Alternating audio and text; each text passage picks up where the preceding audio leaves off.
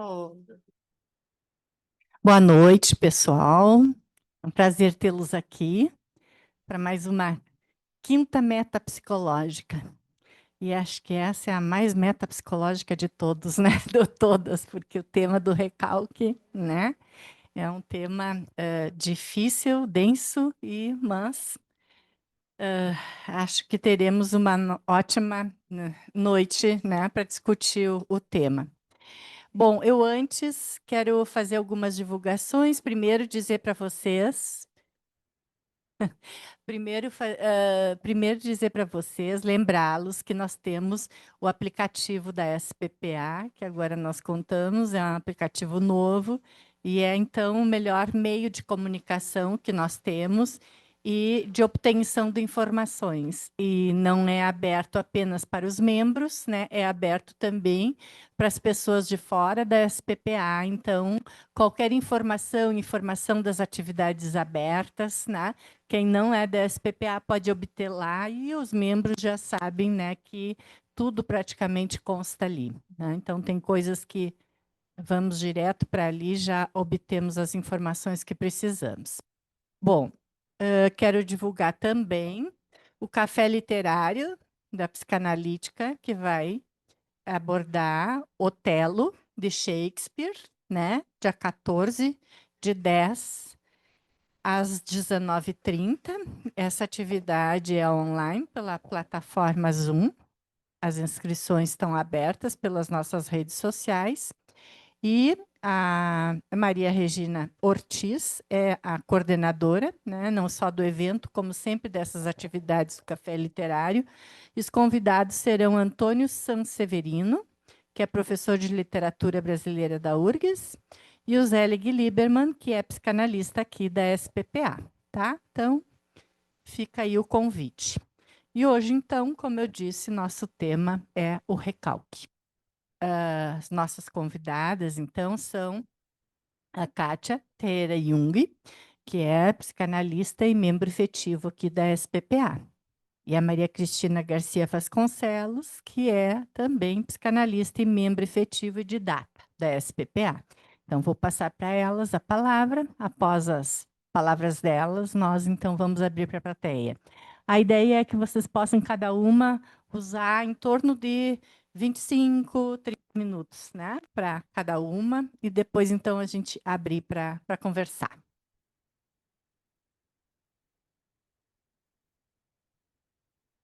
Boa noite a todos. Quero agradecer à comissão científica pelo convite e dizer que é muita satisfação estar aqui falando de metapsicologia, que é o que eu gosto, né? Mas, ao mesmo tempo, é um desafio trazer a bruxa, né, como o Freud chamava a metapsicologia, e encarar, né, falar sobre um tema e um conceito que já é tão conhecido, né? Então, o desafio é maior. Prazer também de estar compartilhando a mesa com a Maria Cristina. E nós combinamos, mais ou menos, vamos ver como é que nós vamos encaixar, que eu vou falar do início uma certa conceitualização do conceito e vou deixar mais a parte do recalque primário, originário com a Maria Cristina.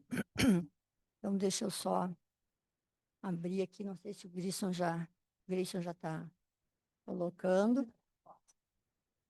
Ah, tá. Vou só botar no apresentar aqui.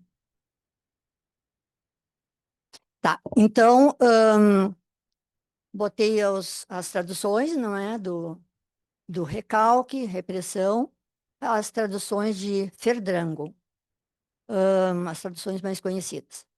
E começo dizendo que o conceito que funda a psicanálise, não é, pelo fato de revelar a existência do inconsciente, ou seja, o recalque, a partir do recalque, através da experiência clínica, o Freud postulou a ideia, né, da existência de um inconsciente.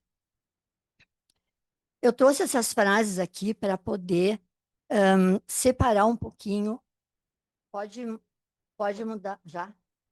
Para poder separar um pouquinho o conceito do que a gente conhece mais comumente, né? Recalque relacionado à neurose, a sintoma, né? As histéricas, e trazer o conceito do recalque mais para as nossas origens. Então, eu pensei assim, se o objeto é o revelador da pulsão para o Green, o recalque é o revelador do inconsciente para o Freud. E essa frase do Raul Machado, que é um estudioso da metapsicologia, né, eu acho que fecha bem com a minha ideia, né, dizendo que nos primórdios da vida, o trauma, a dor e a angústia são as condições que permitem ao ser vivo o estabelecimento das defesas e da memória. Então, colocado aqui o recalque, né, bem nos primórdios, no início da vida, acho que vou tentar trazer um aspecto assim um pouco mais complexo do recalque, né? Sair dessa ideia do recalque só como ligado à patologia, mas trazer a ideia do recalque como um mecanismo constituinte do nosso psiquismo. Próximo, Grayson. Então, a ideia de recalque já era presente na filosofia alemã do século XIX, né? E principalmente em Nietzsche e Schopenhauer. Tem até uma frase do Freud dizendo que realmente a ideia do Schopenhauer era muito semelhante à ideia que ele tinha de recalque. Mas o conceito de recalque, né, tal qual postulado na psicanálise, é totalmente de autoria do Freud, né? Próximo, Grayson. Então, vou fazer uma revisãozinha histórica, né, para contextualizar o conceito. Como é de praxe, a gente precisa fazer isso, né? Então, o conceito de recalque já foi presente desde o início da elaboração da teoria do aparelho psíquico, né? Já na comunicação preliminar, quando Freud falava dos sintomas das histéricas, né? E ele diz que ele se identificou o recalque através da resistência para acessar o material clínico, né? Então, foi o gatilho para ele poder se dar conta de que algo, né, impedia que ele pudesse acessar o material clínico. Em 86, em 96, aliás, na carta Fliss, o Freud fala do recalque como impedindo a tradução do material, do representante psíquico da pulsão, né? E esse impedimento era relacionado à dor e o desprazer, ou seja, para fugir da dor e o desprazer, o recalque atuava. Eu coloquei o projeto aqui porque em 95, em projeto para uma psicologia científica, o Freud também já trazia de um modo da neurologia, né, num aspecto bem mais do contexto biológico, mas mostrando através das facilitações, das barreiras de contato, o quanto ali já existia todo um mecanismo neurológico para se proteger dos excessos, da intensidade, da dor, né? Próximo. Ainda em 96, né, então, o trauma, dor e angústia ficaram identificados por Freud como elementos que incitam o recalque, né? Claro que aqui, ainda, nessa época, vigorava a teoria da sedução. Então, o trauma aqui no sentido mais concreto, mais real, de abuso, tudo mais, como a gente sabe. Já em 97, já postulando a ideia das fantasias edipianas, não é, como universais, né? O Freud mesmo disse, quando ele mandou essa carta para o Fliss, que todos nós fomos um dia um Édipo, né?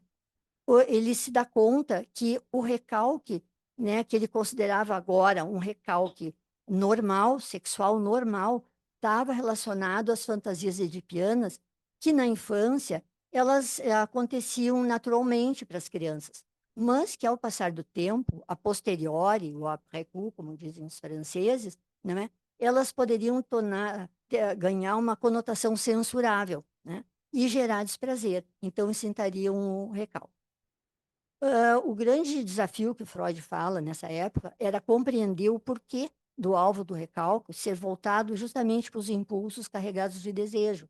Porque, considerando que a satisfação da pulsão é sempre prazerosa, por que geraria desprazer? Próximo. E ele se deu conta de que a satisfação da pulsão seria agradável em si mesma, sempre, mas poderia ser incompatível com outras exigências, de outros pontos de vista. Um deles que ele apontou, e na época era bem importante, a questão econômica, da quantidade. Então, dependendo da força do desprazer em relação ao prazer a partir da satisfação da pulsão, né? Quando a força do prazer era maior, então o recalque seria acionado. Ele também, na mesma época, em 97, também fala em relação as lembranças das fantasias edípicas, né, que après coup elas teriam tornado desconfortáveis, ele também relaciona a lembrança da sexualidade perverso polimorfa, né? Eu achei bem interessante porque ele dá um nome que essas lembranças da sexualidade perverso polimorfa, por um efeito a posteriori da lembrança, geraria um desprazer recordado. Achei tão bonito isso, né? Esse desprazer recordado fica como uma mola para impulsionar o recalque. Próximo. E aqui eu trouxe, nas palavras do Freud mesmo, uma carta 75, também em 97, que o Freud diz assim, ó, para nos exprimirmos com mais crueza, a lembrança desprende hoje o mesmo mau cheiro que um objeto atual. Assim como desviamos com nojo o nosso órgão sensorial, a cabeça e o nariz, dos objetos fétidos, também o pré-consciente e nossa compreensão consciente desviam-se da lembrança e é isso que chamamos de recalque. Acho que ficou bem clínico, né, essa definição dele. Já em 1900, então estou fazendo uma rápida evolução no conceito, né? Em 1900, ele traz a ideia de que o desprazer gerado pela tradução, que ele já tinha dito antes, mas agora está diretamente relacionado à ascensão de uma representação, né, do processo primário para o processo secundário, né? Então, é justamente que ele falava que era impedida a tradução, impedir a tradução de uma representação coisa, de processo primário, para o processo secundário, né, transformada em possibilidade de pensamento, de palavra, né? O sistema representacional, né, segundo ele, vai se complexificando e transformando quantidade em qualidade. Eu acho que esse é um movimento psíquico constante, né? Só que o segundo sistema só pode investir uma representação quando é capaz de inibir o desprendimento do desprazer. Então, veja que é um movimento simultâneo, constante, para poder ir dosando, né, a possibilidade de tolerar, né, a dor, o sofrimento com as transformações. Próximo, Grayson. Então, nessa fase, já tem uma certa síntese mais organizada, né, que o recalque age sobre o representante psíquico da pulsão, que é uma ideia, um desejo, uma necessidade ainda não transformada em palavra, né, é uma representação mental, né, investida de uma cota de afeto, né? O recalque faz com que o representante psíquico da pulsão recalcado permaneça dinamicamente ativo. Por quê? Porque ainda tem a cota de afeto ligada.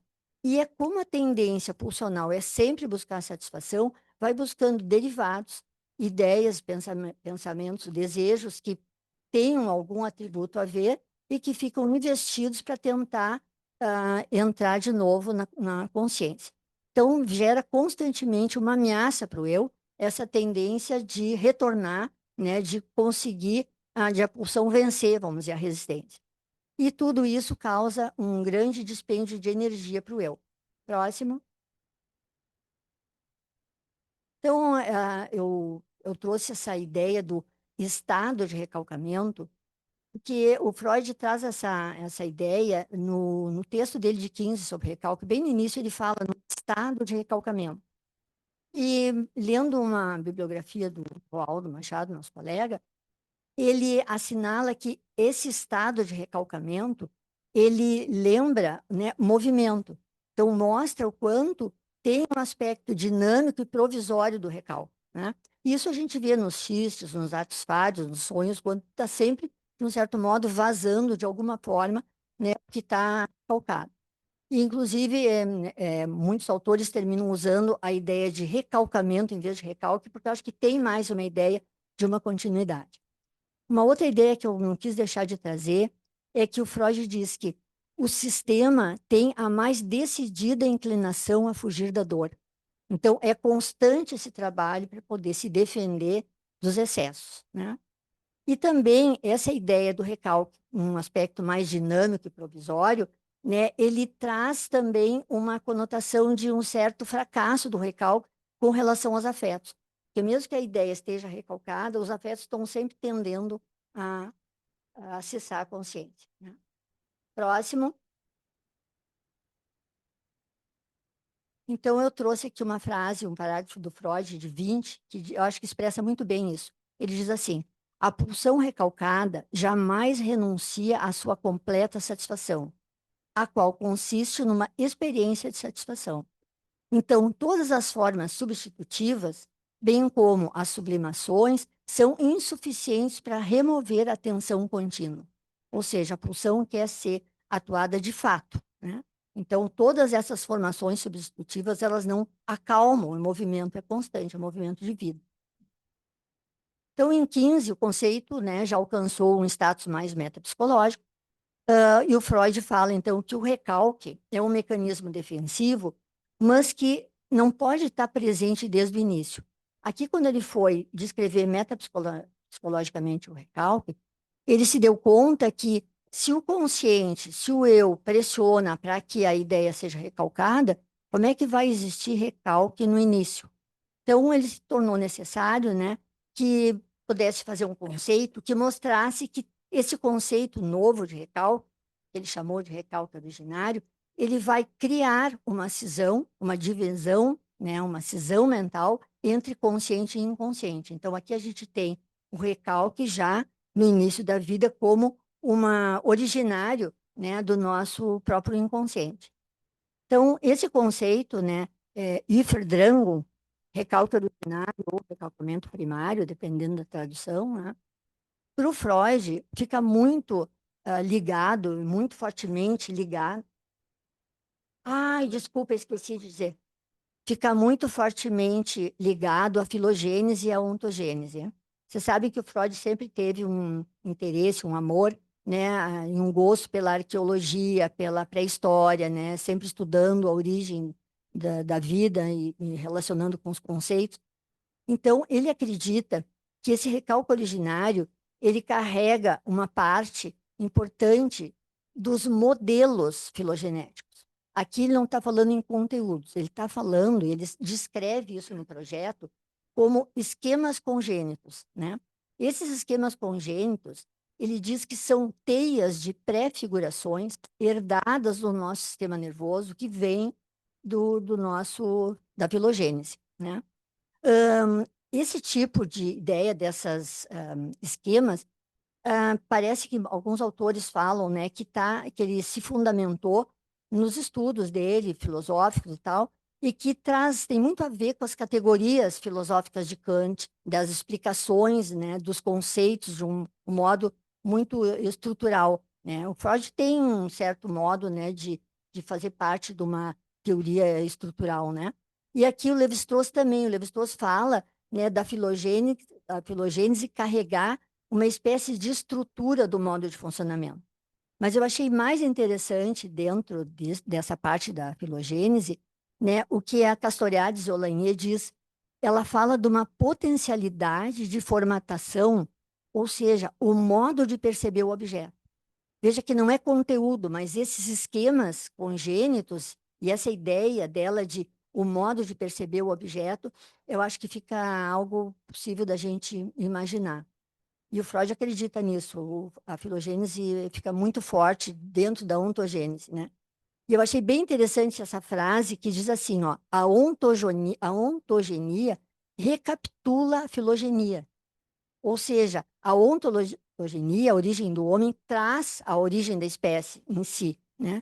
Então, o nosso nascimento traz a memória da instituição da vida. Eu acho muito bonito isso.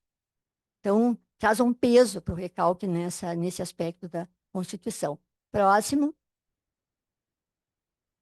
Então, esse conceito agora de 15, o Freud divide em 3 fases. Primeiro, que ele chamou de recalque originário, e depois, a seguir, o recalque propriamente dito, ou recalque secundário, e depois o retorno do recalcado. Vou tentar fazer uma breve síntese, né, porque tem tempo e eu não posso me estender muito, mas depois a gente pode discutir melhor. Então, assim, ó, essa primeira fase, segundo Freud, é uma fase das primeiras marcas que impactam o psiquismo.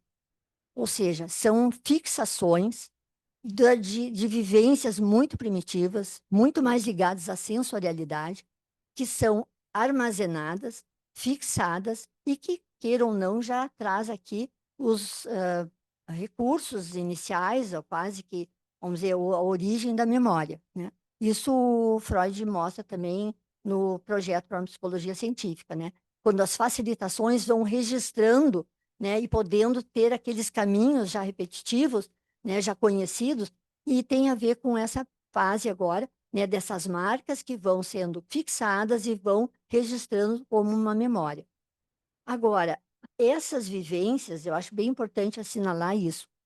Claro que a teoria do Freud, né, energética, sempre o fator quantitativo é bem importante. Então, aqui é mais importante ainda para a gente pensar. O Freud chega a falar que o que vai influenciar a fixação aqui é muito mais o diferencial de força energética, de quantidade, né? Só que a força excessiva da excitação, né, ela ataca o psiquismo e ataca gerando uma efração do parexcitação. O Freud chega a falar como um raio, né? E esse ataque, inclusive ataque aos registros de memória, ela é contra a inscrição, é a não inscrição. Então, o excesso é contra a evolução do psiquismo, né? Agora, quando a angústia traumática, que é necessária para despertar o desenvolvimento, né, ela é transformada em. Aqui eu estou usando o exemplo, né, de 1926, de inibição, sintoma e angústia, que ele fala em angústia sinal e angústia traumática. Aqui eu vou usar o referencial para dor. Quando o trauma ou a dor traumática consegue ser transformada em dor sinal, ou seja, o organismo, o psiquismo é capaz de transformá-la, ela vai levar a inscrições. E aí são os registros e as fixações, as primeiras marcas que impactam o psiquismo. Então, uma coisa que o Freud assinala como importante do recalque originário é que essas fixações armazenam no inconsciente, né, esses registros plenamente enlaçados com a pulsão, né? A cota de afeto ela vai integralmente. Então, esse polo, né, esse núcleo do inconsciente, ele fica muito investido, né? E aí ele vai estar sempre pronto para criar os derivados. Então, o Hiferdrangon, recalque primário, né, ele é constitutivo do núcleo originário do inconsciente da memória, através dessas fixações, né? A gente pode até chamar como os primórdios do eu, porque a memória e esses registros já vão dando uma conotação, né? A cada satisfação alucinatória do desejo, o registro vai ficar primórdios do eu, né? A satisfação alucinatória do desejo não gratifica, é preciso uma ação específica. Então, é o início, né, dos realmente os primórdios do eu. Mas, junto com tudo isso, Freud assinala sempre que a filogênese está presente com as marcas ancestrais que o Freud chama de tesouro minêmico. Então, aqui, o Freud faz um alerta que essa compulsão, essa repetição, né, que vem da filogênese, das marcas ancestrais, poderia trazer uma circularidade que poderia impedir uma certa renovação. Então, poderia ser uma compulsão à repetição desses modelos mais tautológica, porque não seria para abrir a criatividade. Mas, ao mesmo tempo, a gente sabe que a compulsão à repetição também vem para criar e trazer novas possibilidades.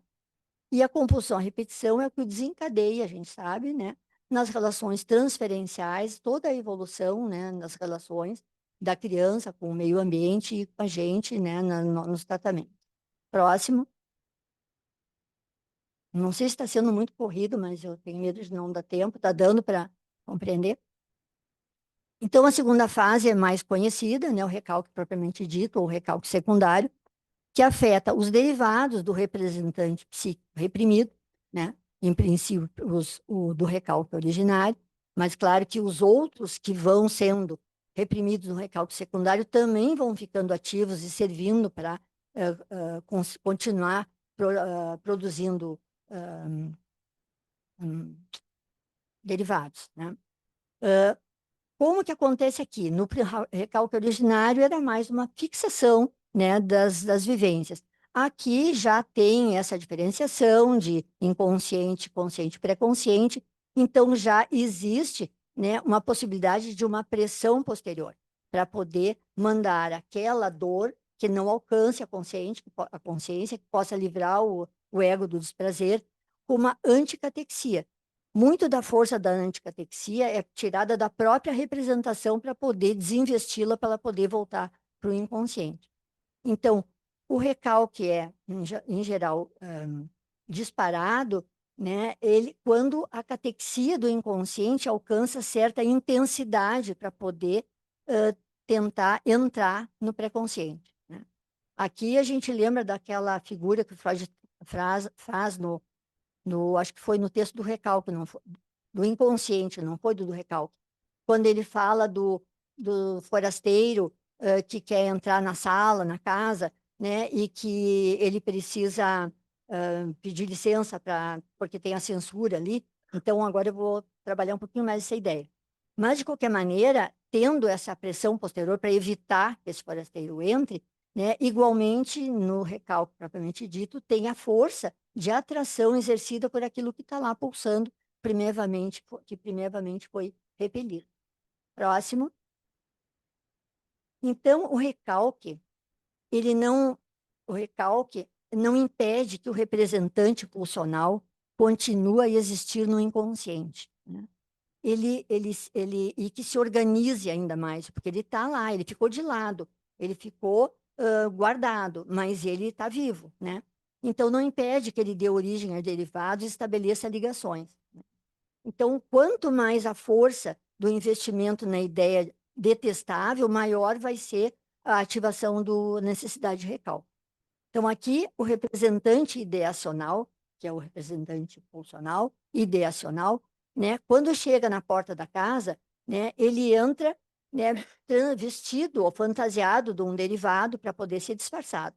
Se ele for identificado na porta, ele vai manter a catexia inconsciente e vai ter que dar volta. Se ele se disfarçar com uma roupagem de catexia pré-consciente, se ele for identificado, ele vai ser obrigado a retirar esse disfarce, né, e substituir pela catexia inconsciente, que era originária dele, e voltar para o inconsciente. Então, todo esse movimento representa a fuga do eu, para não ter dor, né, retirando a catexia pré-consciente, ou seja, manda tudo para o porão. Próximo. Então, aqui eu só para não deixar perdida a questão da teoria, das duas teorias da ansiedade, né? Eu acho importante assinalar que até 1915, né? Até 1926, né? De 1915 até 26, o recalque era considerado, né, o responsável pela angústia, pela ansiedade, né? E como o recalque impedia a satisfação da pulsão, né? O Freud acreditava que o afeto se transformava numa libido tóxica, que era vivido como uma ansiedade no eu, né? Só que em 1926, Inibição, Sintoma e Angústia, né, o Freud traz todo um entendimento, e ali ele diz que ele conseguiu entender algo que ele há muito acompanhava e não sabia identificar, aonde era a natureza da força motora do recalque. E aqui ele colocou que era na ansiedade sinal, né? Que é, então, a ansiedade sinal é que causava o recalque, né? E ao contrário do que ele pensava antes. Próximo. Então, agora, para encerrar, né, a terceira fase do recalcamento é o retorno do recalcado. Então, como a gente já viu, né, o recalque é um mecanismo de defesa que é constituinte do nosso inconsciente, né? Inclusive da nossa memória, né? E ele está constantemente em movimento, gerando toda a riqueza, né, com os novos derivados, com novas ideias, com traduções, transcrições, retranscrições que estimula, né? E ele trabalha com uma série de formações substitutivas. Então, ele aparece um aspecto compensatório, vamos dizer, né, do reprimido, que aparece nos sonhos, né, que aparece nos xistes, que aparece nos atos falhos, nas fantasias. Então, aqui são escapes, vamos dizer, do recalcado poder ter uma certa atividade para não ficar uma pressão, né, tão sufocante, vamos dizer, para a tendência pulsional. Só que os sintomas também são formações substitutivas, mas a diferença do sintoma como uma formação substitutiva é que o sintoma tem uma formação de compromisso, né? O eu precisa fazer um compromisso fazer um tratado de combinações com os três senhores, né? Com o id, com o superego, e com o mundo externo, com a realidade externa, o princípio de realidade. Então, esse compromisso feito, né, ele gratifica o sintoma, fica um pouco id, porque de uma certa forma está podendo atuar, de uma certa forma, né, está conseguindo respeitar a censura do superego, do princípio de realidade, né, e consegue ter um razoável equilíbrio. Só que, em geral, com dor e com limitações, né? Nos três modelos que ele traz para encerrar o texto dele do recalque, né? Trouxe rapidamente só uma ideia, né? Como é que a parcela ideacional, aquilo que não pode ser lembrado porque causa desprazer ou que é proibido, a ideia é inconcebível, na angústia, na histeria de angústia, na fobia, né? O mecanismo que auxilia o recalque é o deslocamento, né? Então, a ideia proibida, né? A satisfação do impulso fica ligada, substituída por um objeto fobígeno, né? Então, essa ideia, ela tem um certo sucesso, porque dá a ideia de que o eu pode fugir, porque está tá deslocado o sofrimento interno para algo externo e que é possível de se afastar, né? Então, a partir daí, aparecem inibições do eu para não se aproximar do objeto fobígeno, é uma forma de poder se defender. Só que essas tentativas de fuga, elas não terminam, porque a pulsão tende a continuar investindo e se deslocando. Então, fica um desgaste enorme de sofrimento, né, que gera uma neurose, né, que é distônica e as pessoas, em geral, vêm pedir ajuda. Na histeria de conversão, aí não tem o sofrimento do afeto, por quê? Porque é um fenômeno mais de uma regressão somática, uma certa inervação, em que todo o simbolismo do desejo, do representante pulsional, fica, né, investido de um jeito, uma espécie de condensação, e fica focado no órgão, né? Então, acontece o que o Freud chamava na época, né, os psiquiatras também nomeavam, das histéricas labella indiference. Por quê? Porque o afeto ele fica aprisionado ali. Isso aqui não tem a ver com o funcionamento psicossomático, que não tem representação. Aqui tem representação simbólica, né? Mas, de qualquer maneira, gera, né, um enorme prejuízo para a pessoa, mas, em compensação, o afeto fica abolido, né? E, em última instância, ele traz, né, na neurose obsessiva, né, que tem um funcionamento de uma... A regressão do neurótico obsessivo é de um funcionamento anal, né? A gente sabe que o funcionamento anal, essas representações são muito ambivalentes, né, de controle e expulsão. Então, essa ambivalência gera um mecanismo de defesa que vai substituir, de um certo modo, o recalque, ou vai ajudar o recalque, de qualquer maneira, vai fazer o ego se poupar da dor, né? Mas a formação reativa, ela está calcada na ambivalência. Então, a ambivalência é um risco de a qualquer hora reverter. Então, é um mecanismo muito insuficiente, vamos dizer, para poder manter, né, ao longo da vida, e a pessoa fica nesse sofrimento atroz, não é? Porque fica presa nessa formação reativa, que, na verdade, é quase que um jeito fake de ser, né? Então, eu vou ficar por aqui. Agora a Maria Cristina vai aprofundar a história e agradeço para vocês o espaço.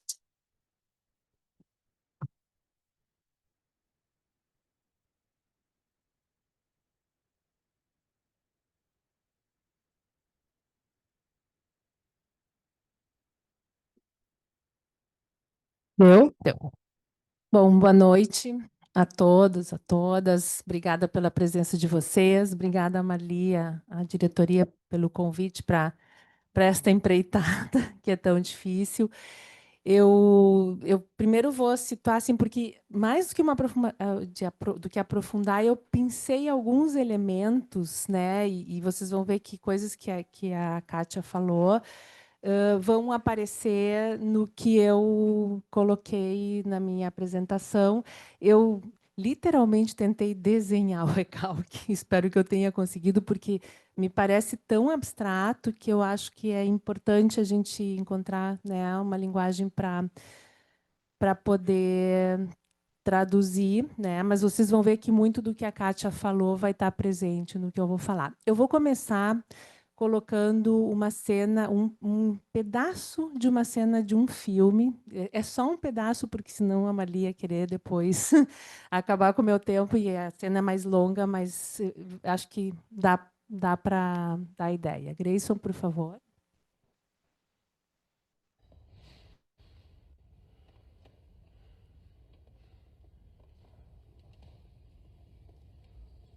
Acho que está sem.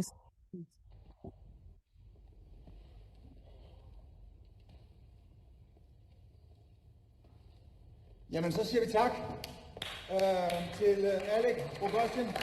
Flot! Fint. Saiu, Grayson. Vou recalcar o meu vídeo aí.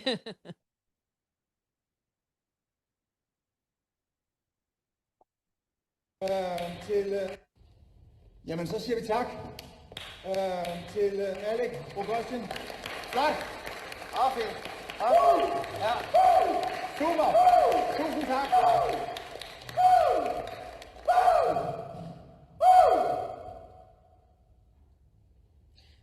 Alec, nu siger jeg lige... jeg siger bare lidt om min... Jeg siger bare lige lidt om min...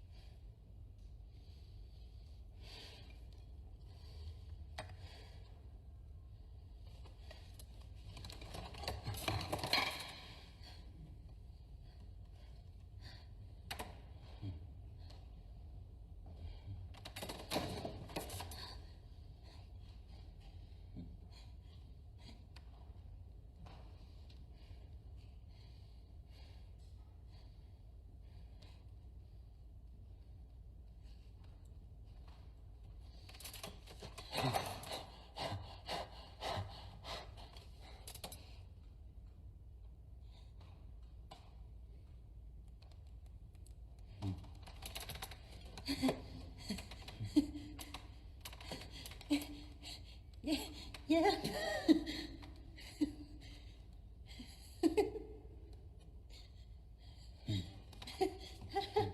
Hello.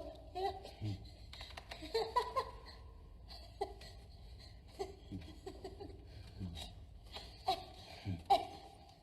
Little. Hello. Yeah. Really? Lite hjälp. Okej. Hjälp.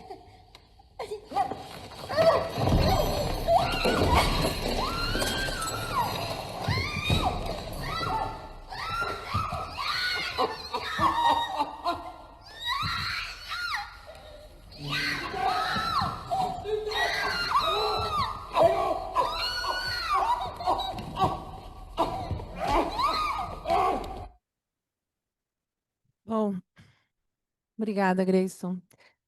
Então, essa cena, originalmente no filme, ela dura 12 minutos. Aqui a gente viu 4 minutos dela. Ela é de uma tensão impressionante, né, do filme The Square, A Arte da Discórdia, né, escrito e dirigido por Hubert Ostlund, né, que recebeu a Palma de Ouro em Cannes no ano de 2017, entre outros prêmios, e foi indicado ao Oscar de melhor filme estrangeiro, né. Então, essa cena mostra a performance de um artista, isso é uma cena que se passa num museu, do artista Oleg Rogozin, né, que imita um macaco e interage com os convidados do baile de gala do Museu, né, de Arte Royal, em Estocolmo. O filme ele apresenta com bastante ironia diversas situações que fazem parte do universo cultural que temos vivido atualmente. Eu recomendo muito esse filme para quem tiver interesse de pensar questões da cultura atual, ele é muito interessante. Eu escolhi essa cena, pois em sua denúncia do absurdo, entendo que ela permite observar o encontro entre o homem do mundo civilizado, bem educado, com o animal que vive em todos nós. Aqui, de forma mais clara e mais sutil em outros momentos do filme. Então, sim, somos todos animais, né? E de uma espécie que, entre outras características, é extremamente agressiva e destrutiva. E que, para garantir a sobrevivência enquanto espécie, necessita desenvolver instrumentos para, de alguma forma, controlar essa mesma agressividade. Então, eu vou usar Freud, né, para a gente pensar o recalque, o Garcia Rosa e o Laplanche e Leclerc, que também trabalham com essa questão, são os principais autores que eu vou usar. Então, no mal-estar na cultura, Freud refere que a agressão é uma predisposição pulsional originária e autônoma do ser humano. E destaca que nossa natureza não é pacata ou ávida de amor. Nessa perspectiva, ele refere a cultura como um processo especial que se desencadeia sobre a humanidade, que opõe-se à pulsão de agressão natural dos seres humanos, à hostilidade de um contra todos e todos contra um.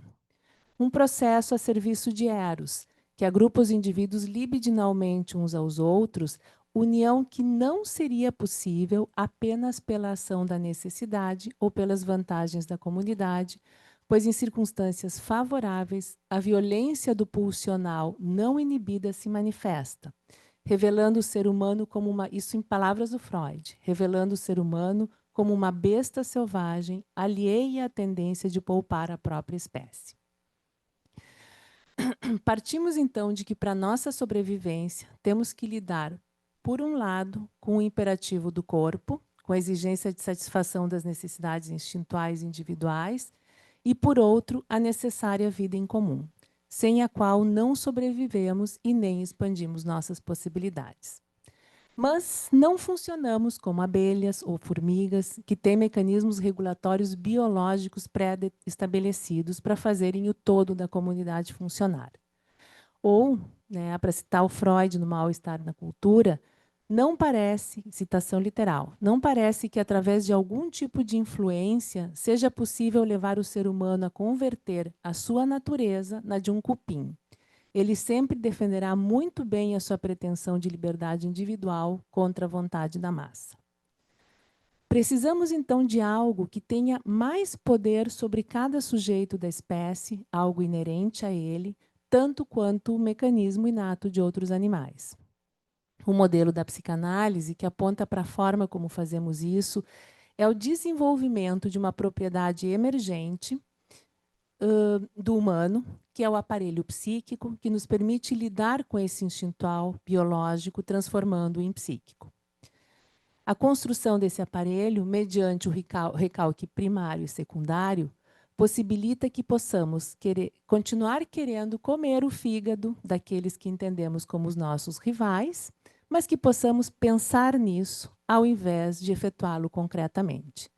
Ou podermos sonhar em pegar o marido da vizinha ou a vizinha, sem entender de onde veio esse sonho maluco, encontrá-los no elevador na manhã seguinte e apenas dizer bom dia. Transformamos ação em pensamento e, dessa forma, podemos todos estar aqui hoje sem medo de que uma carnificina se instale a qualquer momento, pelo menos não concretamente. Então, vamos ao recalque. Eu pensei em trazer algumas premissas, alguns pontos de destaque para a gente entender melhor do que a gente está falando, né? Então, a primeira, como o próprio Freud afirmou, é preciso uma ligação libidinal para efetivar esse processo, pois paixões pulsionais são mais fortes do que interesses sensatos. Ou seja, como diz Freud, não seriam apenas a necessidade ou as vantagens da comunidade que permitiriam a realização de uma tarefa tão complexa. É necessário um processo interno ao sujeito, o recalque, enquanto mecanismo básico e condição para que isso ocorra. Seguindo nessa perspectiva, quando estamos falando em recalque, isso está menos vinculado às regras, às proibições, que só vão se dar posteriormente para o sujeito, do que a esse mecanismo que é interno e que entra em ação muito antes do que qualquer regra possa ser apreendida. As regras, os mitos, as construções que cada agrupamento humano fará poderão funcionar como suportes à efetivação de recalques posteriores mais do que serem causas. Independentemente de quais sejam as regras, e isso eu acho bem importante, os mitos para cada agrupamento humano, o recalque sempre estará presente na base da estrutura do sujeito. Portanto, nós, aqui da sociedade ocidental contemporânea, estamos sujeitos ao recalque tanto quanto qualquer outro ser humano que faça parte de qualquer outro grupo cultural, não importando quais as regras com que ele se estrutura. Do ponto de vista da psicanálise, precisamos deste segundo espaço criado pelo recalque, o inconsciente, que, para ter efetividade, tem que se configurar de forma tão realística quanto aquele que é consciente. A cisão radical, né, e a Kátia falou nisso, a cisão radical entre os dois domínios, inconsciente e pré-consciente-consciente, exige que a vivência seja igualmente sentido e que o sentido inconsciente tenha a consistência em si de uma vivência. Não é apenas uma imagem, tem que ser tão real a vivência que está lá no inconsciente, o sentido, tudo tem que ser vivido como real. É esta dualidade que situa os dois espaços em um mesmo nível de realidade que permite o conflito psíquico. Freud refere que o recalque, que tem por essência rejeitar e manter algo afastado da consciência, não pode ocorrer antes que exista a separação da atividade psíquica consciente e inconsciente, o que gera um paradoxo. Pois como algo pode ser afastado da consciência quando ainda não há inconsciente? Esse questionamento, a Kátia falou nisso antes, levou Freud a criar o modelo do recalque primário para criar essa cisão. Tendemos a pensar o recalque como uma barreira que impede o acesso do inconsciente à consciência, o que parte de uma visão do eu como sendo totalmente separado do id e do supereu. Pensando em termos de eu e id, importa considerar que eles não estão em campos opostos. O eu é apenas a parte organizada do id. Eu fiz o desenho, aqui eu comecei a desenhar.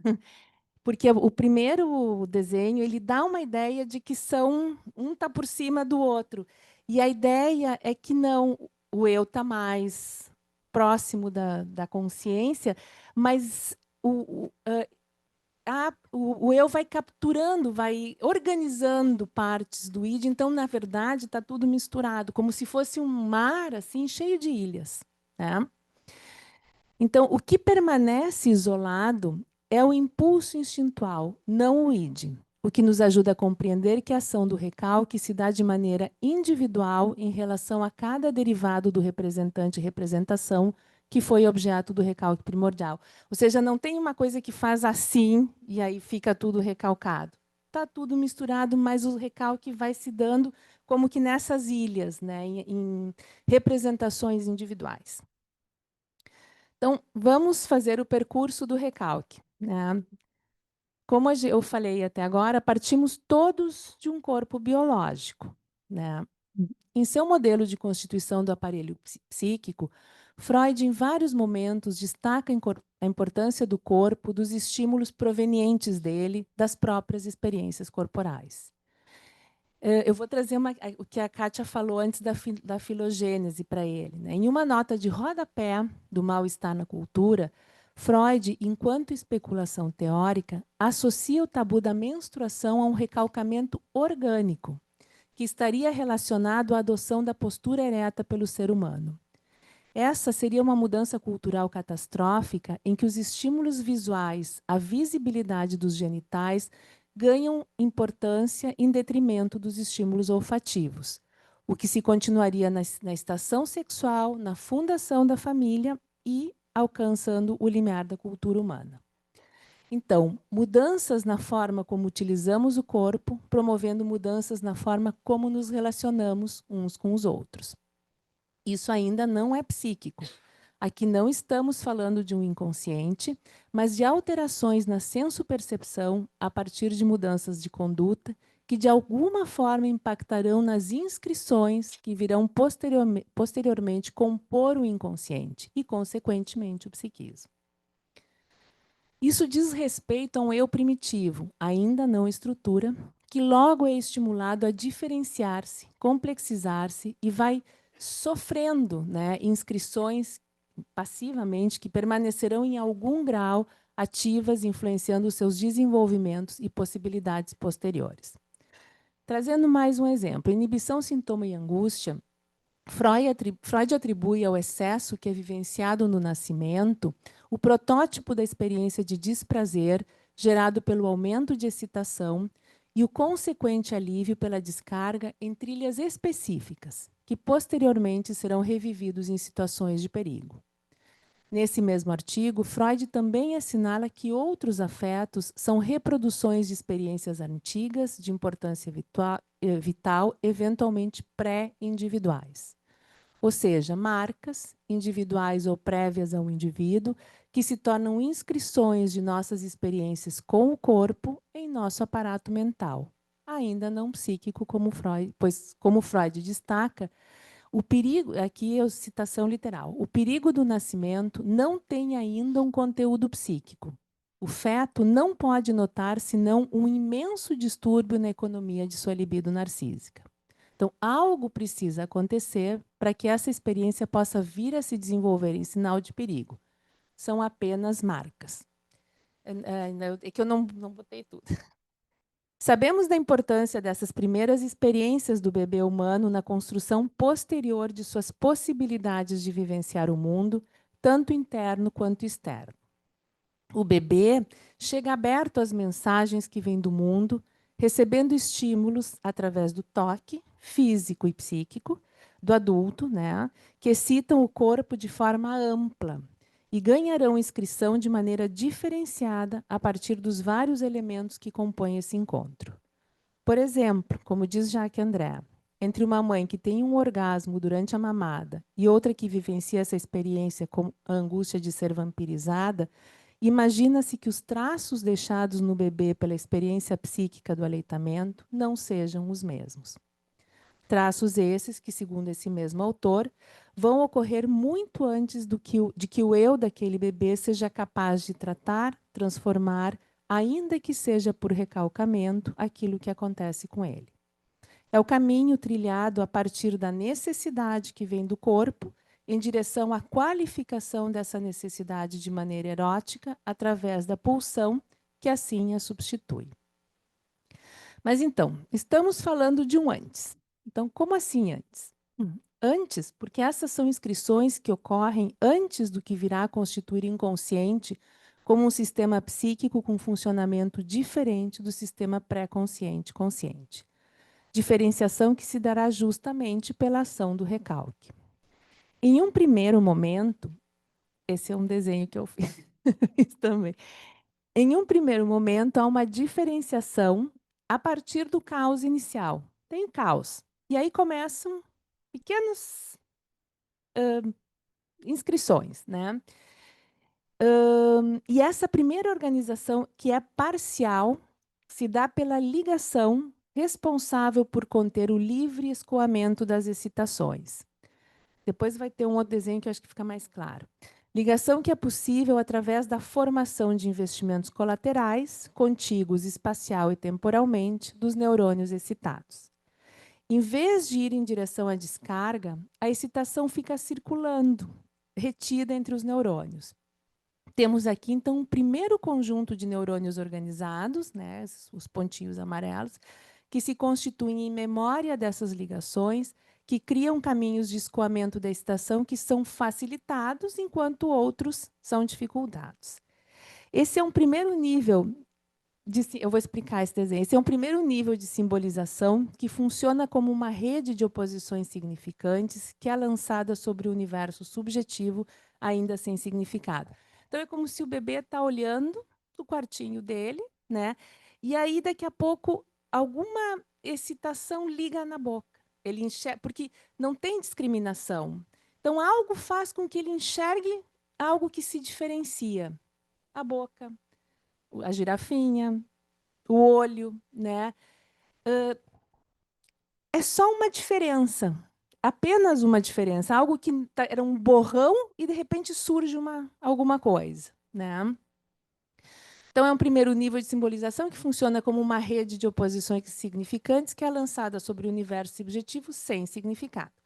Como se fossem palavras que se interconectam umas às outras, um sistema que é coextensivo ao que é vivenciado, mas apenas como uma diferença, não como a diferença que o significado oferece. Não tem significado aqui, só imagens. Quase que de forma concomitante, aí nos textos às vezes fala inscrição, fixação, né? Mas então quase que de forma concomitante a essas diferenças, né? Essas primeiras marcas correspondem à fixação da excitação em representantes que são organizados em diferentes registros mediante nexos variados, como por exemplo, por associação ou por simultaneidade. A boca e a girafa, daqui a pouco, podem estar juntos, num único investimento, né? Como eu coloquei ali, de repente, então, toda aquela cena está toda ela investida junto, né? Ainda sem significado, né? Então, essas marcas elas não vão estar acumuladas de forma desordenada, mas ainda não são ordenados pelo significado. Não constituem uma trama significante e não têm acesso à consciência. Essa fixação é a da pulsão ao representante psíquico, correspondendo, então, ao processo pelo qual a pulsão é introduzida no inconsciente. Então, aquilo que excita liga naquele representante e ali ficou algo que está catexizado, né?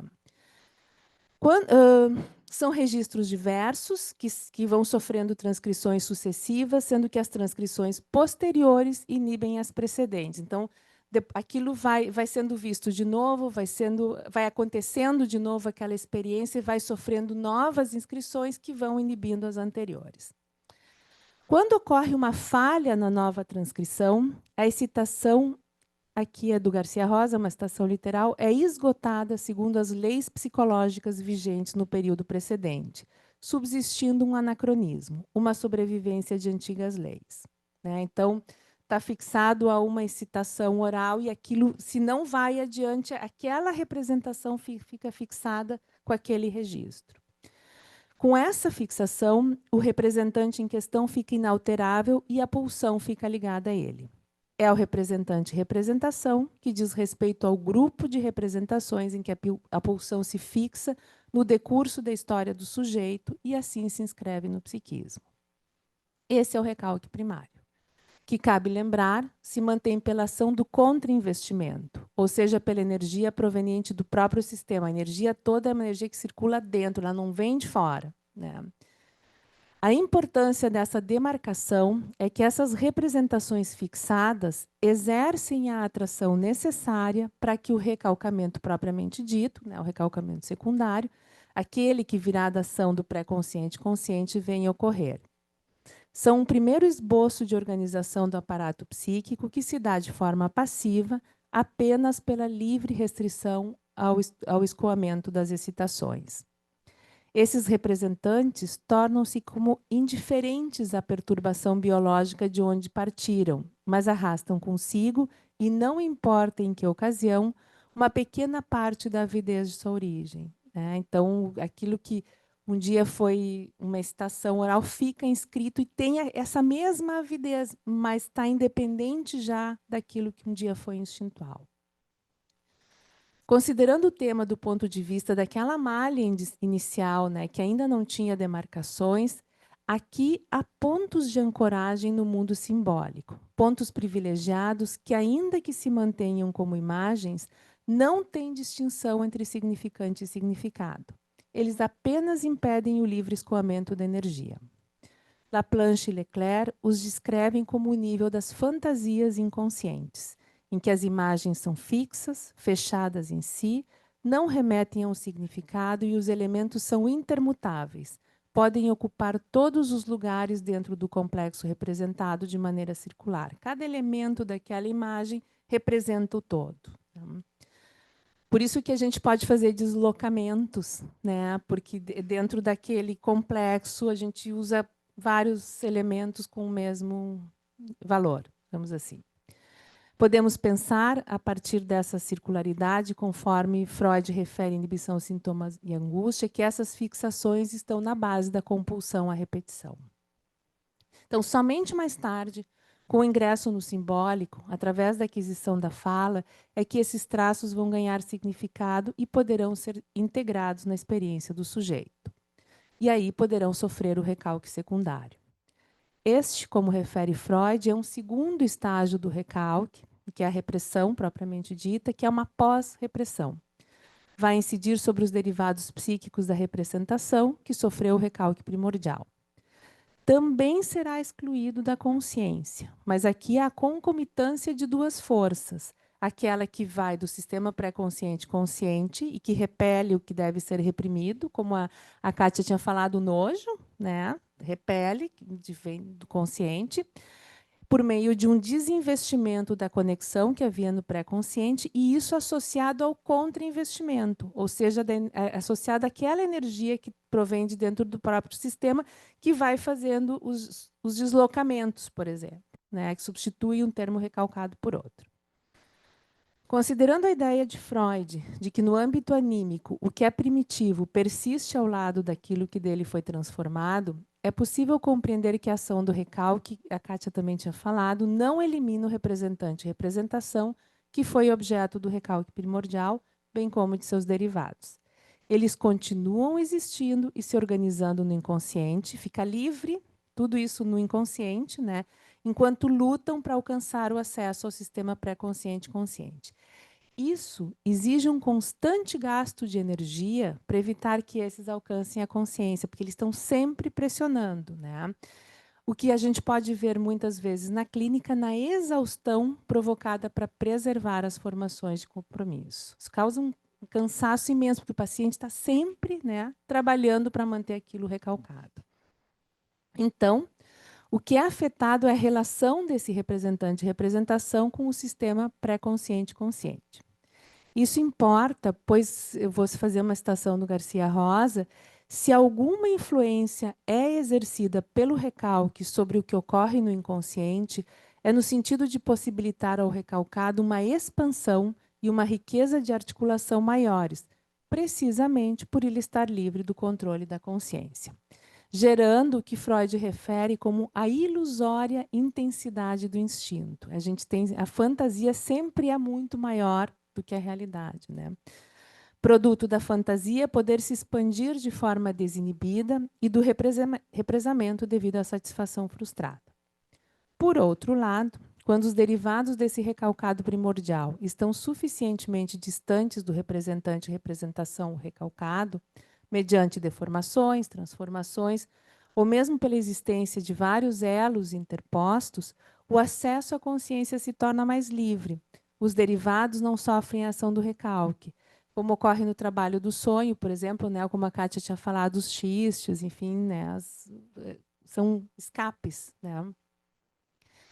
E aí, então, chegamos ao retorno do recalcado, que poderá ocorrer em situações em que há enfraquecimento do contrainvestimento, né? Quer dizer, o enfraquecimento daquele sistema interno de regulação. Por exemplo, em situações em que ocorre algum processo patológico, ou mesmo na situação do sonho, em que há alguma modificação na distribuição dos investimentos no interior do eu. Também pode ocorrer quando a articulação da pulsão com o recalcado recebe algum reforço, como no caso da puberdade, por exemplo. Ou quando experiências recentes que se assemelham ao recalcado têm o poder de despertá-lo. Independentemente de qual a condição que favoreça o retorno do recalcado, este vai ocorrer de maneira modificada em relação ao original, e sempre haverá o conflito. Dessa forma, o recalcado pode encontrar-se em estados diferentes, sendo investido em diferentes graus, desde a inatividade até sendo mais investido e capacitado para a atividade. Assim, pode ocorrer que um derivado permaneça não reprimido, enquanto representa uma energia mínima, ainda que o seu conteúdo possa despertar um conflito com o que é dominante no consciente. Mas assim que essa ideia, que em alguma medida possa causar repulsa, ela se fortalece além de determinada medida, o conflito ativado torna-se atual, estimulando a repressão. Bom, estou finalizando. Esta é, obviamente, uma representação esquemática, né, bem simplificada, de um sistema muito complexo, que remete a um primeiro momento mítico, ponto de partida para o desenvolvimento de nossa capacidade psíquica. Como eu referi no início, o desenvolvimento necessário de uma propriedade emergente do humano que se dá para que possamos viver em nossas tribos, pois somos animais que necessitam do outro para existir, tanto física quanto psiquicamente. Podemos, graças a esse sistema, obter muitas conquistas, pensar, criar teorias, tecnologias e também manter ilusões. Dentre elas, a ilusão narcísica de que não precisamos do outro, de que somos autossuficientes e muito poderosos. Quem sabe uma ilusão necessária para, como referiu Freud, acalmar a besta, né, dentro de nós. Ainda que, como podemos ver ao longo de toda a história da humanidade, a violência que nos é inerente nunca tenha sido transformada de forma suficiente para garantir que a besta não venha a se expressar tanto individual quanto coletivamente. Mas, de um ponto de vista individual, a análise, ao oferecer auxílio para favorecer um livre trânsito do eu em relação aos conteúdos, ameaças recalcados, permite a expansão do psiquismo e um olhar mais voltado para as nossas possibilidades e limitações enquanto humanos. Não elimina a besta dentro de nós, mas oferece alternativas para lidarmos com o pulsional que permitem um viver mais criativo e integrado dentro do todo da vida, oferecendo alternativas... Tá repetida a frase. Terminei. Obrigada.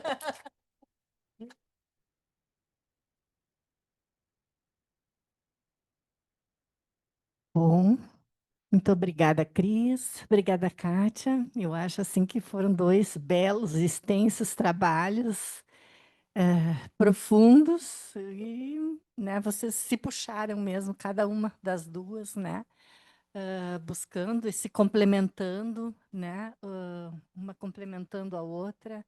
A Cris pegando, então, também o aspecto da cultura social. E agora eu passo a palavra, então, para os ouvintes, para a plateia, né, para a gente poder conversar mais um pouco sobre esse tema tão complexo que é, né, o recalque, né, ao mesmo tempo fundamental, estruturante, né, do nosso aparelho psíquico. E então vamos passar já a palavra para o Igor.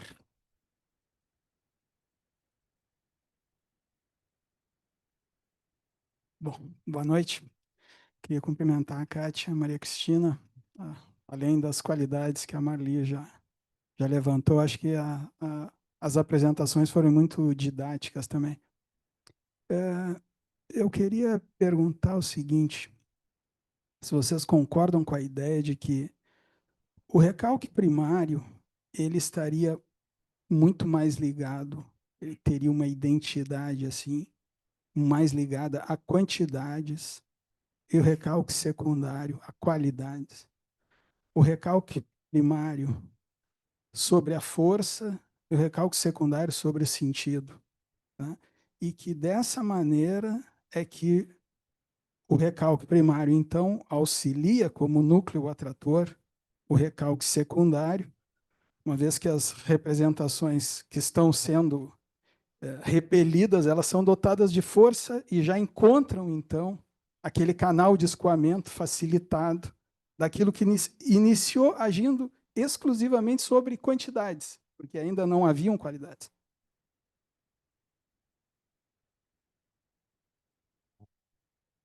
Vamos passar de 2 em 2. Olha, acho que nós vamos ter que passar para 3, né? Porque é nosso tempo. Então, o Igor como primeiro, Berel, e depois Pedro.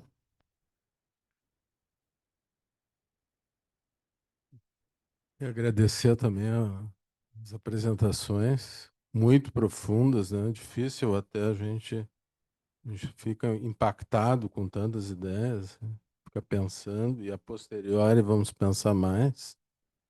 Mas eu gostaria de ajuda numa questão que me surgiu, né? Quando foi comentado que a pulsão é recalcada, eu fiquei pensando se é a pulsão que é recalcada ou, usando uma terminologia mais clareana, a fantasia como representante da pulsão que é recalcada, né? Então, eu gostaria de pensar junto com você.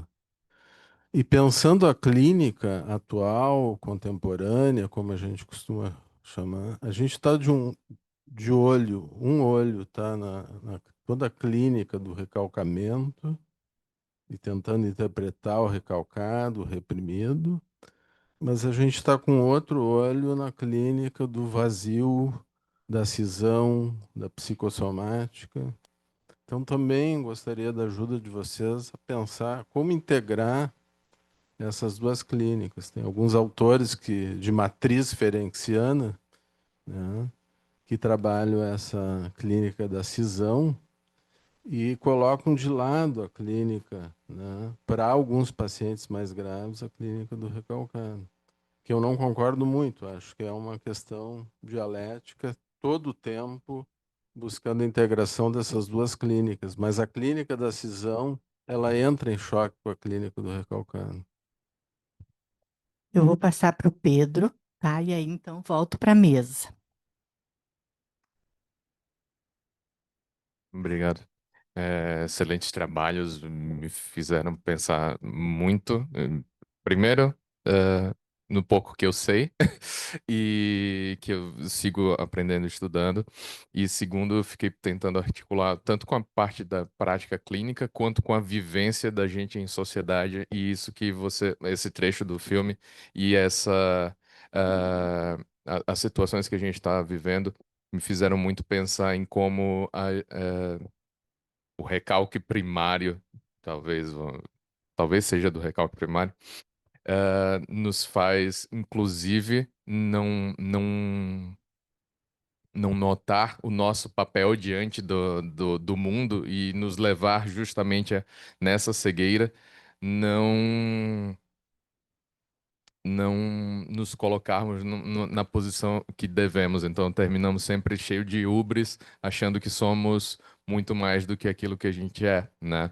Eu até tenho viajado num livro que eu estou lendo agora e lembrei do Professor Polvo, um documentário que trabalha sobre a questão de como é a percepção e a vivência de algum grau de consciência e senciência de outros seres. E fiquei pensando, nós somos os únicos animais que se reúnem numa quinta-noite para discutir metapsicologia, mas não quer dizer que, porque a gente nunca viu o polvo fazendo isso, ele não tenha uma noção de si e de sua própria existência, né? E eu fiquei pensando em como a gente tende a simplesmente apagar isso para a gente se sentir superior a esses outros seres e desta maneira podermos seguir civilizadamente superando e nos distanciando dos nossos irmãos animais, né?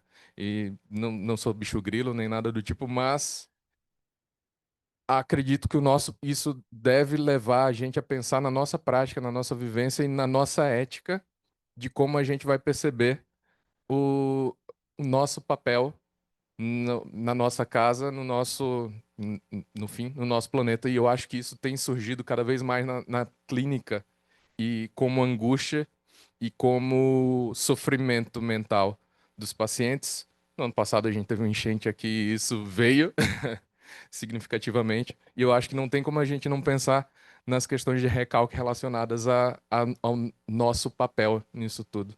Queria escutar um pouco de vocês sobre isso. Então, eu passo aqui para Cris e para a Kátia. Depois, vou passar a palavra para o Roaldo e para o Jair, e eu vou encerrar as inscrições aqui, porque o nosso tempo já está, né, quase no horário, então depois passamos para o Roaldo e para o Jair, mas agora passo para vocês. Bom, então começo eu. Igor, sim, né? O recalque primário vai trabalhar com quantidades, porque justamente ele vai.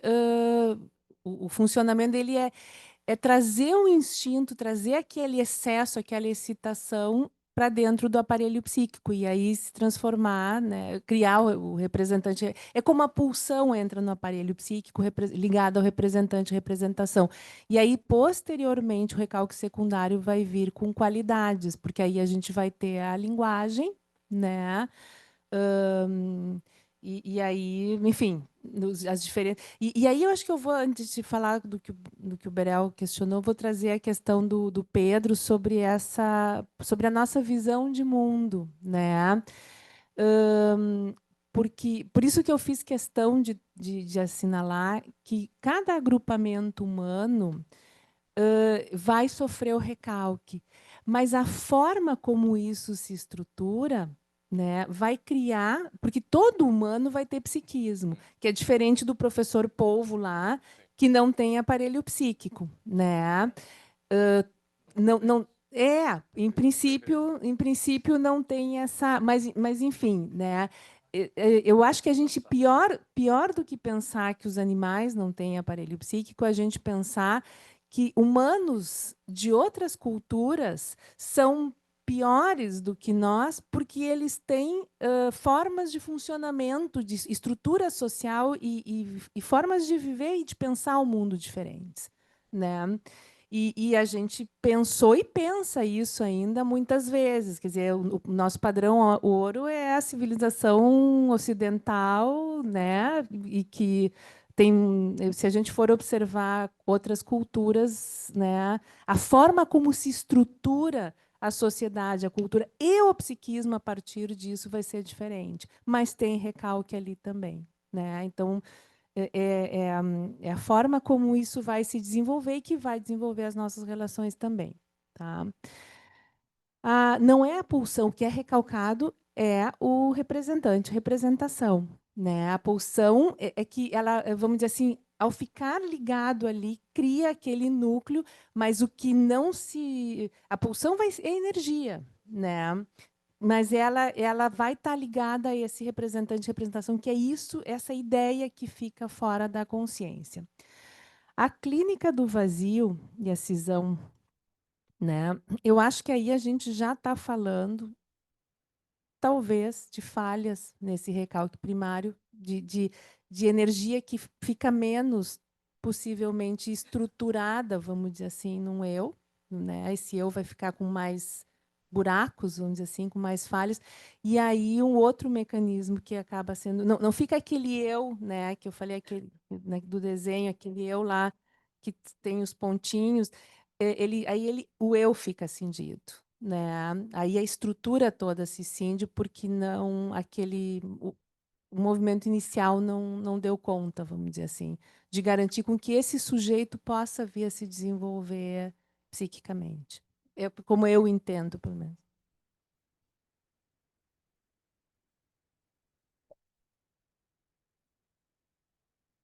Pois é, eu também fiquei pensando, mais ou menos em sintonia com a Cristina, né, a respeito das quantidades, né, do início do desenvolvimento E não tem como a gente pensar em qualidades, porque as qualidades, elas são resultado da complexificação que vai acontecendo, né? Porque cada registro, cada fixação dessa vai trazendo transformações internas e desenvolvendo outras possibilidades. Então, a complexização vai acontecendo até o ponto de esse processo primário, que é muito mais ligado a energias, conseguir se desenvolver até chegar a um processo secundário que vai ser muito mais complexo e com representações simbólicas, né? Deixa eu ver o que eu queria falar quando a Cristina falou alguma coisa ali, deixa eu ver se eu lembro. Sobre a pulsão, se é recalcada, acho que sim, ela já respondeu, né? Essa questão do polvo, né? Eu acho que a gente tem, fazendo parte do nosso nascimento, a fragilidade, a, a, é a fragilidade que a gente nasce, a necessidade da dependência de um cuidado, né, já nos diferencia muito dos animais, né? Que os animais não precisam de todo o cuidado que a gente precisa para se desenvolver, porque os animais já vêm com todos os códigos prontos para que possam construir a sua vida, se defender, viver, fugir dos inimigos, atacar para se defender, enfim, tudo pronto. Então, parece que não tem conflitos, porque eles normalmente, de cada espécie, reagem, funcionam com aquilo que já veio pronto, faz parte deles, já nasceram com aquilo. A gente tem que aprender. E a gente vem com, claro que tem os registros, a gente também vem com instintos de sobrevivência, mas a gente vem muito mais pobre de instintos com códigos que vão dizer para a gente como fazer. Então, eu acho que a comparar essa ideia, né? Eu acho que cada espécie vive dentro do seu mundo, com seus registros, com o seu jeito de ser. Se a gente vai chamar psiquismo ou não, aí é uma questão de nomenclatura, né? Mas, de qualquer maneira, quem tem conflito e sofre para poder lidar com todas as energias e dar conta e transformar e poder ter memória para poder mudar as atitudes, por exemplo, só o homem que tem. Então, para nós é muito mais difícil, muito mais desafiador. A gente pode mudar muito mais a natureza do que os animais que vão responder à natureza, aquilo que a natureza pede deles, e a gente vai interferir porque sofre mais, tem mais fragilidade, mas ao mesmo tempo tem muito mais possibilidade de criar. Então, acho que não tem como comparar espécies, porque a formação é muito diferente. Agora, que a gente carrega, né, não os códigos prontos de como viver, sobreviver, pensar, namorar, casar, viver, a gente não traz tudo isso pronto, mas a gente carrega o filogenético, segundo Freud. Eu também considero isso. Quer dizer, esses modelos, né, primitivos de respostas, né, até neurologicamente, como é que o aparelho funciona, essa questão do recalque.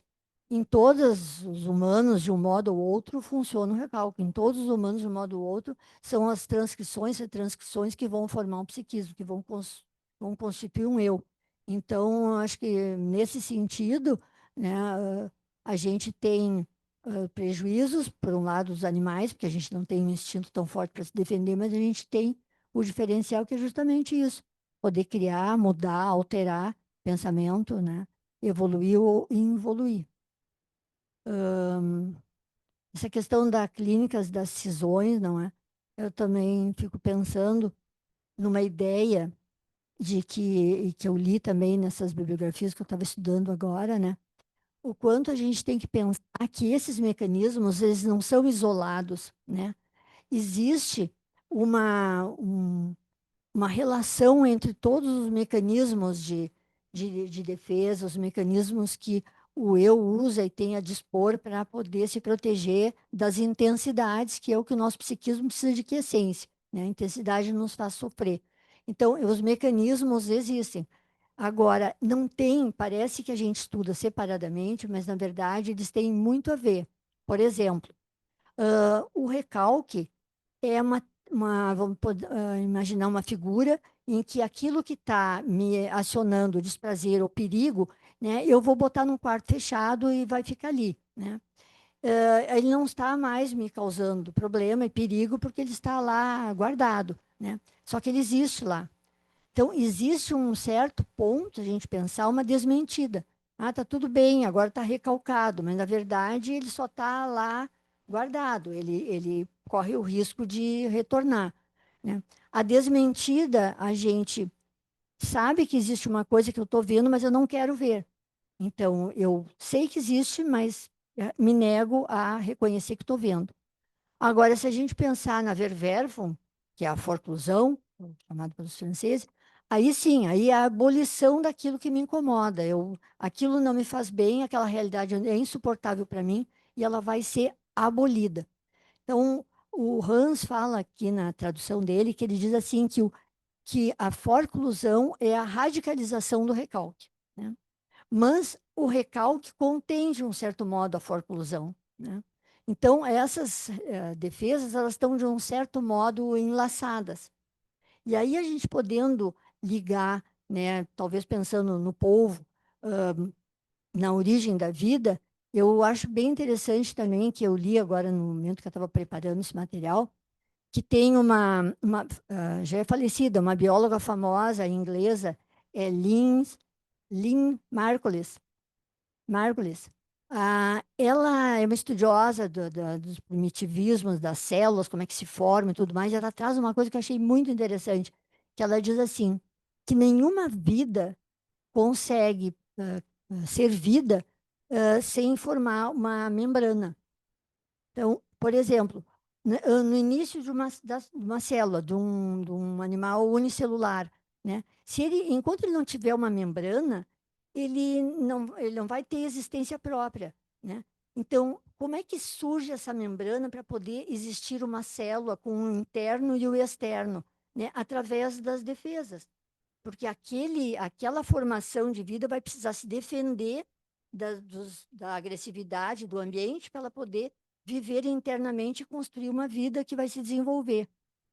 Todos nós existimos assim, a gente precisa das defesas. Nós estamos falando do recalque, de todas as outras defesas mais primitivas, como transformação no contrário, que são defesas para lidar com as quantidades, né? Ou reversão no próprio eu, né? Antes do recalque, né? São maneiras de poder ir formando essa membrana que vai formar o nosso aparelho psíquico.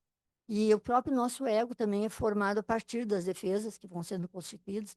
Então, acho bem interessante que cada animal vai formar sua própria pele e vai formar o seu mundo, que vai funcionar ali dentro de acordo com a vida do senhor polvo, né?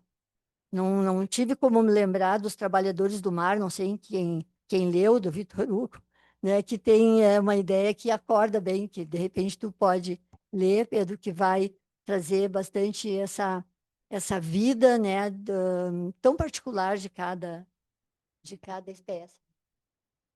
Bom, eu passo então agora a palavra para o Roaldo e depois para o Jair.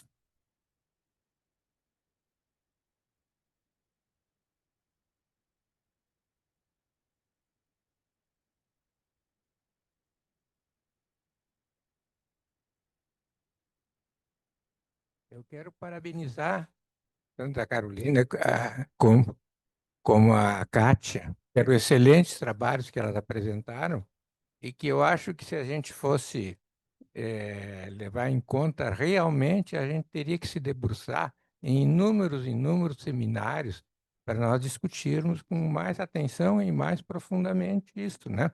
Assim, mas só dar uma ideia para a gente, assim, de como é complexa essa situação, já é uma grande coisa aqui para a gente se inquietar, para nos trazer um pouco de angústia, tá? Certo? Então, meus parabéns para ambas pelo trabalho, pelo excelente trabalho. Já que a gente aqui está para discutir também, eu queria fazer uma consideração. O conceito de caos, ele não existe em Freud. Não existe. Então, do meu ponto de vista, se não existe o conceito de caos em Freud, né? Então, como é que nós vamos relativizar essa estruturação progressiva do aparelho psíquico E não precisa ser no ser humano, no aparelho, no sistema nervoso. Nós somos muito orgulhosos, nós, né? Dizemos o aparelho psíquico é uma coisa da espécie humana, mas isso é um orgulho, como Freud diz assim, cria uma separação do que é humano e dos animais que não tem cabimento, né? Não tem cabida. Bem, nesse sentido, né, que, por exemplo, a questão do recalque primário, todas as vezes que nós criamos um primário, um secundário, nós daqui a pouco chegamos ao primário e vamos ter que estabelecer um outro primário, né? E isso não tem fim, entende? E parece que supostamente o fim disso, supostamente eu digo, porque o Freud estabelece que o recalque primário é que não tem pré-consciente para receber o inconsciente. Assim que ele diz. Então não se constitui. Isso é o recalque primário. Mas a gente pode dizer que talvez o recalque primário é essa separação primordial que o Freud faz desses dois sistemas, um sistema de pensamento e outro de memória, um sistema de consciência e outro de memória. Consciência já é uma qualidade a posteriori. Mas, no momento que se institui a memória, há uma divisão, não? Daquilo que está que, atuado como consciente, né? E aquilo que é uma memória. A memória é o fruto disto que supostamente, se levarmos aos extremos, né? Ela constitui um produto disso que é o recalque primário. Não, e isso não implica que esteja só na espécie humana. Isso é a formação da memória. O nosso colega aqui disse que a representação é uma nostalgia da sensorialidade perdida do objeto, né? E diz assim, eu acho que uma memória é uma representação. No momento que se faz uma representação, a memória está instituída. Então, os mecanismos de defesa estão para vir. Então, já nesse sentido, uma criança, quando nasce, né, ela não é caótica. Isso não existe. Isso realmente não existe. Eu acho que os psicanalistas falam assim, né? Porque para executar um primeiro ato de mamar, há de haver uma memória, não é possível que não haja. Há em todas as espécies vivas, né? Certo? Então, essa ideia de caos, né, que nós, na ontogenia, vamos agrupando as coisas, não, isso é uma ficção. Não, isso não, né? Retira completamente o papel daquilo, da bagagem filogenética, instintual, instintiva que nós temos. Bem, esse é um primeiro ponto que a gente teria que discutir. Eu acho que antes de discutir esse primeiro ponto, se nós nos sentássemos, nós teríamos que cada um dar o conceito do que significa uma coisa, do que significa outra. Se nós não entendermos exatamente o que significa caos, então nós não prosseguimos nisso, porque caos pode ser pensado de um jeito por um, do outro jeito por outro. Não, só esse fato que eu acho que, vamos dizer, a bagagem instintual de cada ser vivo que nasce, ela carrega, né, uma organização, né, primordial, que vai dar continuidade à existência daquele personagem. Porque se não tem isso, não existe a pulsão de morte, daí, de acordo com o que Freud pensa, ela é imperativa completa. Ela desconstitui. Bem, demais, eu acho que nós temos que prosseguir discutindo isso, né, gente? Dá um abraço para você. Jair. E aí, eu vou pedir que seja Que eu breve. seja breve. Não. Nós estamos passando do tempo, depois passamos para a mesa de novo para encerrar. Então eu vou dizer assim rapidamente, a posição privilegiada de ser o último a falar é que parte do meu caos mental foi se esclarecendo pela intervenção dos vários colegas, né? E tendo o meu querido professor Roaldo antes de mim falando, né, que sempre quando eu quero estabelecer nos mínimos detalhes, ele sempre lembra o que ele lembrou agora, que o primário, né, exige um primordial, que exige, né, é uma coisa que a gente segue. Mas, rapidamente, então, quando eu ia falar, eu ia dizer o seguinte, eu queria declarar que eu não entendo o conceito de repressão primária, né? Mas me ajudou aqui, até o comentário do Igor começou, ele já me ajudou quando ele falou, eu não sei se é a minha compreensão, mas me ajudou a pensar a ideia de alguma contenção de uma intensidade, né, de uma força. E para finalizar, parabenizar vocês duas e lembrar uma coisa que a Kátia falou, né, sobre, ela usou uma metáfora de botar, trancar num quarto, né? Bom, trancar no quarto implica já em alguma forma, alguma contenção, né? Mas eu também posso jogar pela janela, né? Vamos dizer, expulsar do psiquismo, né? Lembrando, assim, o Berel falando, por exemplo, né, da autotomia, né, do apagamento, da expulsão.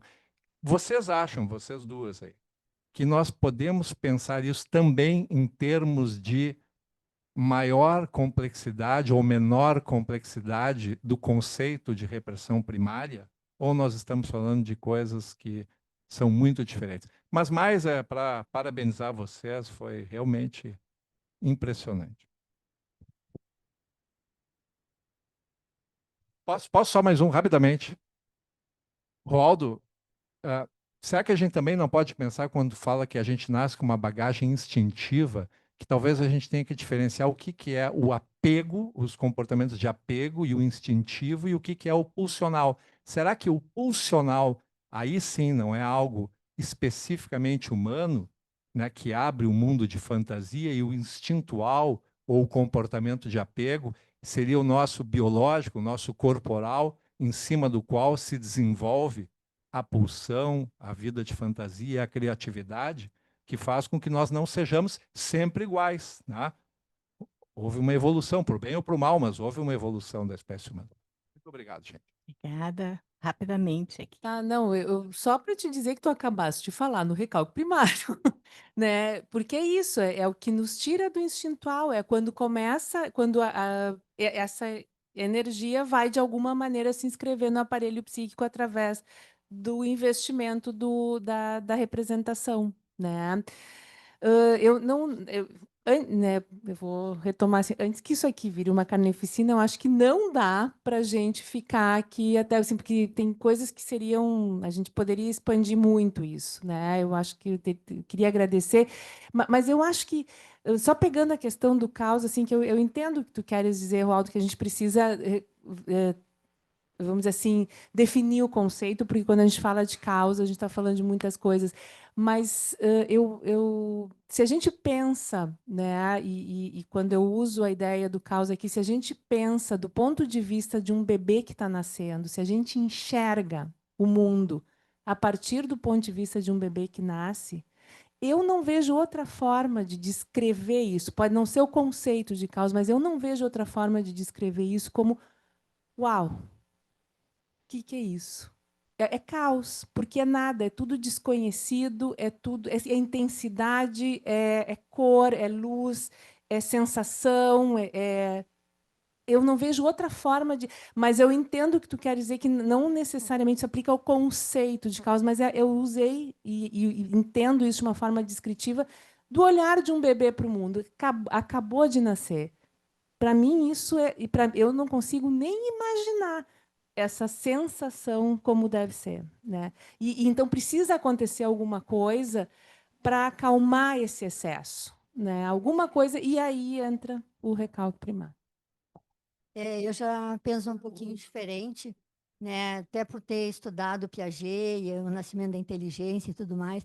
Eu sou mais assim dessa parte do princípio do Freud, dos esquemas que a gente já tem organizadores, porque todo o funcionamento neurológico que vai trabalhando com a recepção dos estímulos e a contenção e transformação, acontece da mesma maneira em todos.